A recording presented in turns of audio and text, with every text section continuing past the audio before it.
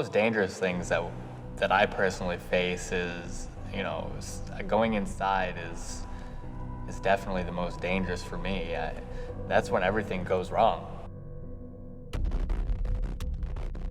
What happened was the inside of the mask started to come apart from moving around so much. I couldn't get my partner's attention, and I was filling up with smoke quick. They're positive pressure masks, so the more air that I was pulling in, it was actually creating like a suction to where it was pulling the smoke up into my mask. And for me, it was my first time ever having anything like that happen, and to me, it was pretty scary. No matter the dangers, some people get scared and stop, but if your heart's really with it, you're gonna keep going with it.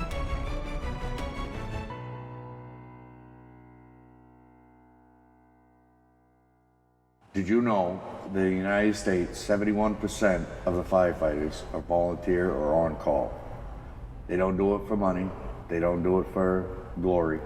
They do it because it needs to be done, and they know that they're there to help somebody on their worst day of their life.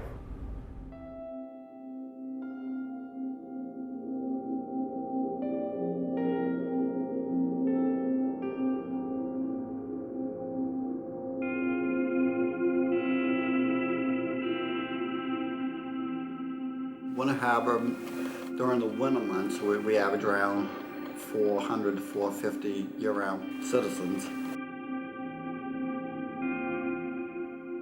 In a community like this, a lot of kids go to college and they move away. Not a lot of work around here. This area, there's really nothing. There's not a lot of options here for young people to stay, to live.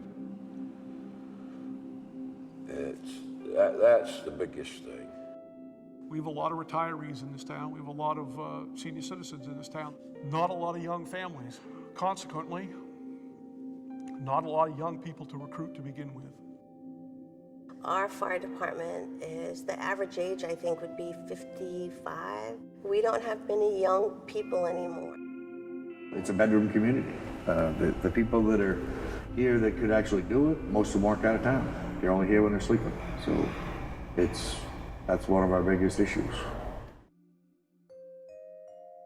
It struck me a couple of years ago when I had a heart attack that you need to call someone. When it happens to you, you realize how desperate you are and how much help that you need.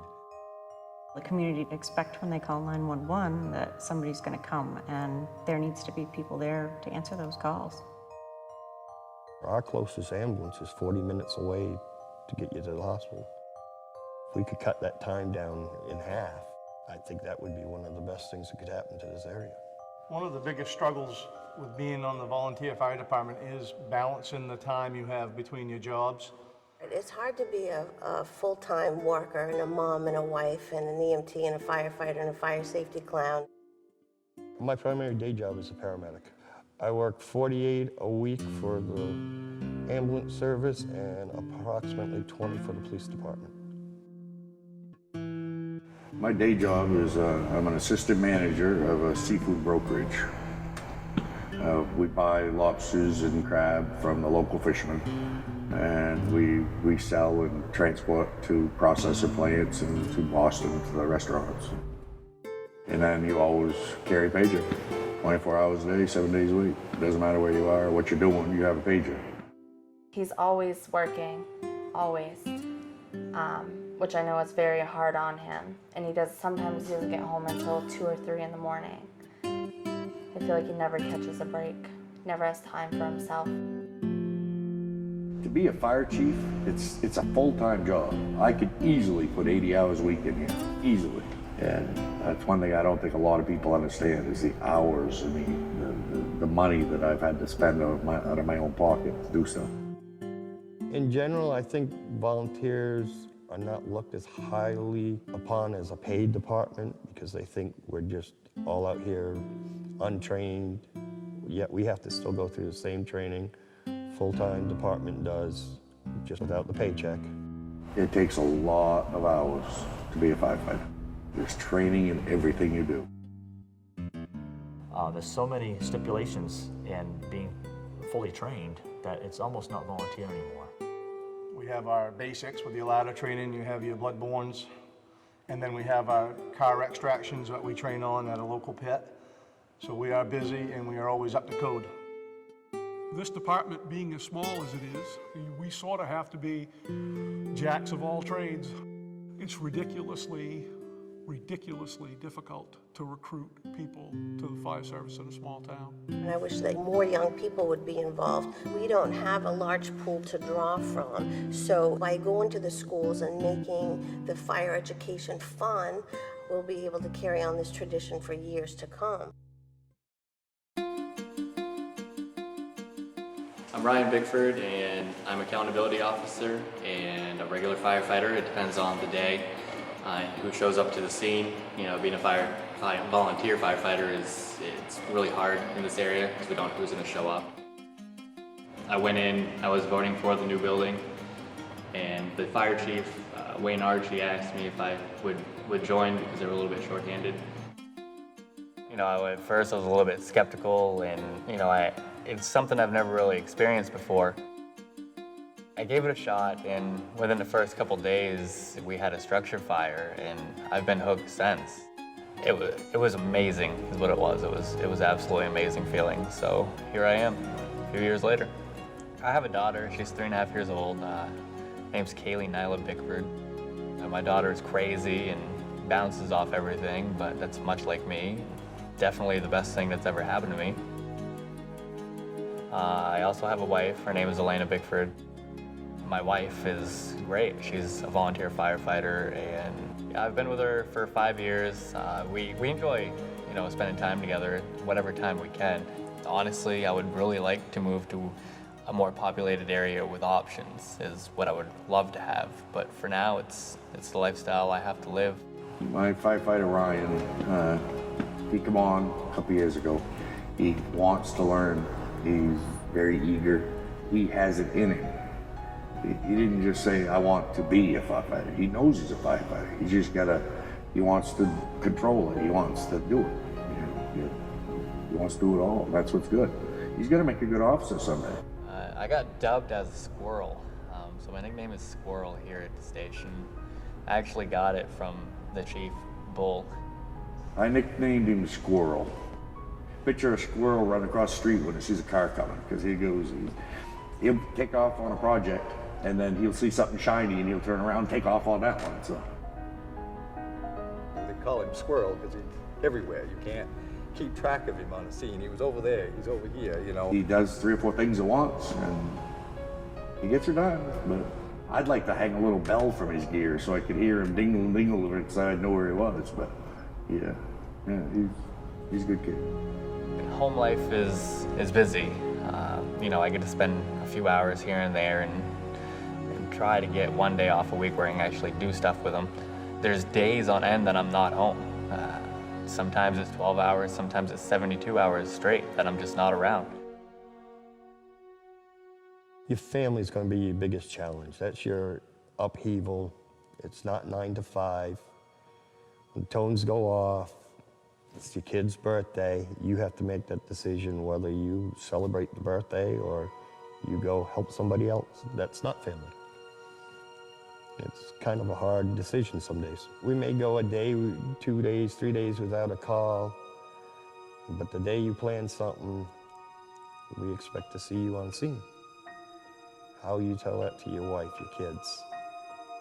My wife's very understanding, but there's times you miss birthdays, holidays, forget anniversaries. I don't remember having a Christmas with my kids yet. When a pager goes off, when a tone goes off, it's not our worst day. It's somebody else's worst day. And they're crying for help. So whether I'm sitting down to have supper or whether I want to go to bed early, it doesn't matter. If somebody's calling, they have a reason for it. They need some help. Every time I hear that scanner go off, I get chills because I used to wait home for him to get home from a fire call. I used to be so scared waiting for him to come home, and I felt like it was forever. There is a fear factor involved in this job as well, particularly when you remember the fact that you have a wife and 3 kids at home, and particularly if you're an interior firefighter. Interior is where you get suited all up with your gear, your hood, your gloves, your boots, your pants, your jacket, your helmet, and your air pack, and you go inside a burning building. There are calls that I go on that I will call my kids up at 1 o'clock in the morning just to say I love you. Once something's going on, you don't have time to think, actually. You're off on your own. You know, it's common sense has a lot to do with it. Every fire is different. Everybody keeps their house set up different. Nobody has their couch in the same area. You have to pay attention. And a lot of times you're wrong. And luckily you catch it before something happens. But if you don't catch it quick enough, somebody could die. The hardest thing I've had to deal with, don't cry.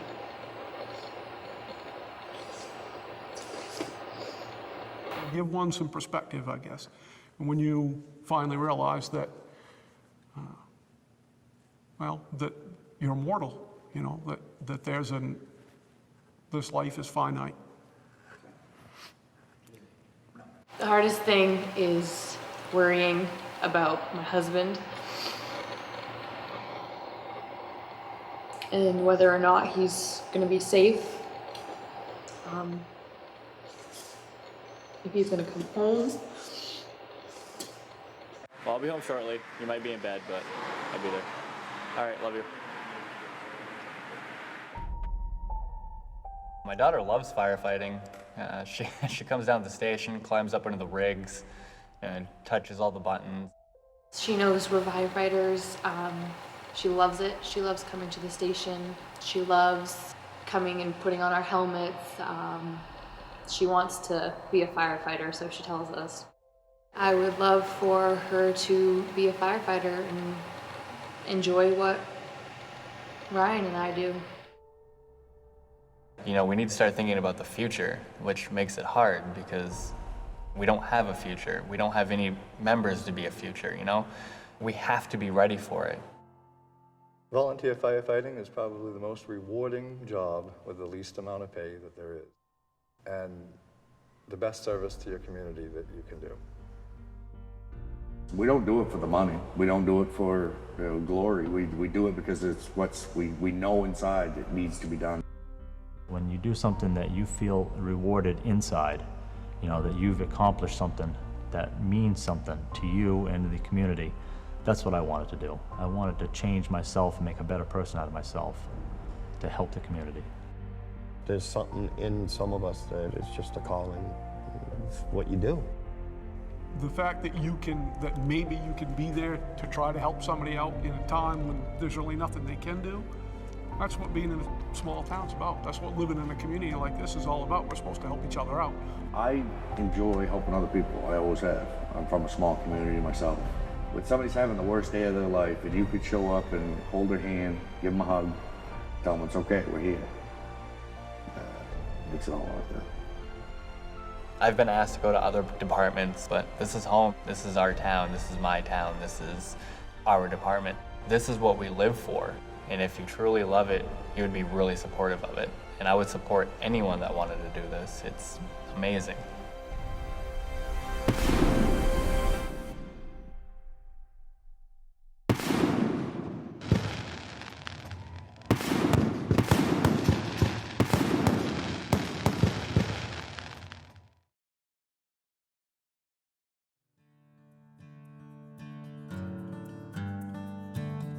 And I ain't looking for a handout, and I ain't working for your praise.